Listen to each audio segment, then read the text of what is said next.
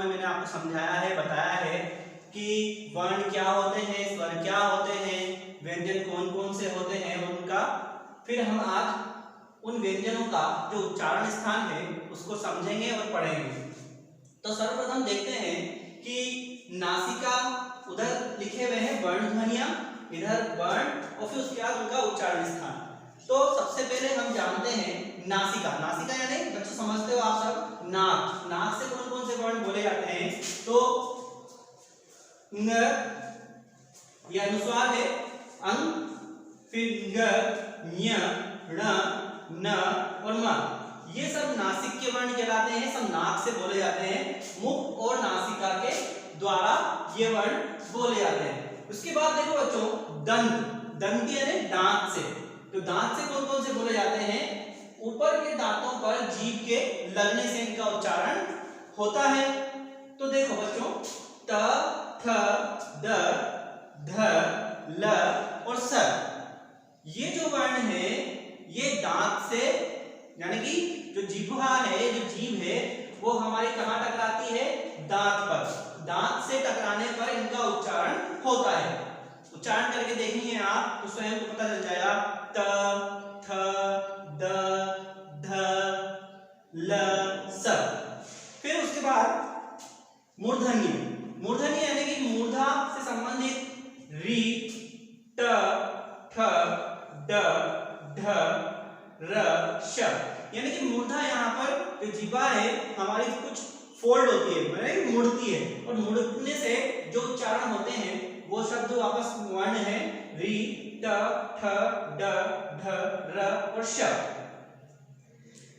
फिर आता है तालव्य। अब तालव्य वर्ण कौन से कहलाते हैं? यानी तालु के द्वारा जब आपकी जिह्वा मुंह में ऊपर वाले स्थान में टकराती है वो तालु कहलाता है। ई, ई, च, छ, ज, झ, य और श, ये वर्ण तालु से बोले जाते हैं, इनका उच्चारण स्थान तालु है। उसके बाद आते हैं ओष्ठ। ओष्ठ आप सब जानते हो, आपके होठ, दोनों होठों की सहायता से इनको बोला जाता है। उ, उ, प, फ, ब, भ।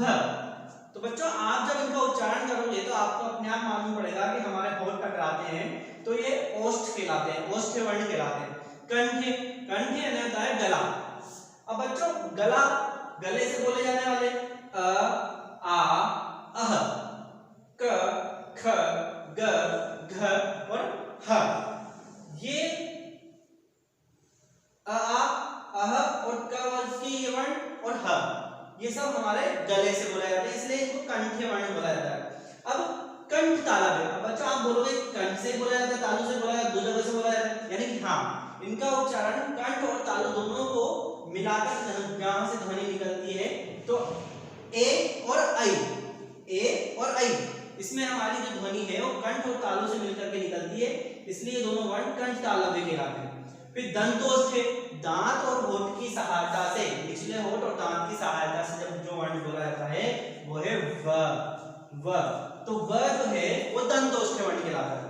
फिर आता है कंठोष्ठ। कंठोष्ठ मतलब कंठ और होठ दोनों के सहायता से जो वर्ण बोले जाते हैं वो कंठोष्ठ कहलाते हैं। कंठोष्ठ में दो, ओ और औ, ये दोनों कंठोष्ठ यानी कंठ से, गले से और होठ की सहायता दोनों से बोले जाते हैं। तो बच्चों आज हमने ये पढ़ा कि उच्चारण स्थान के आधार पर कौन कौन से वर्ण हैं, कौन कौन से उच्चारण स्थान हैं और उनमें किस किस तरह से वो वर्ण बोले जाते हैं। तो बच्चों आज हमने ये उच्चारण स्थान पढ़ लिया। अगली क्लास में हम इसके आगे अल्प प्राण और महाप्राण के बारे में पढ़ेंगे।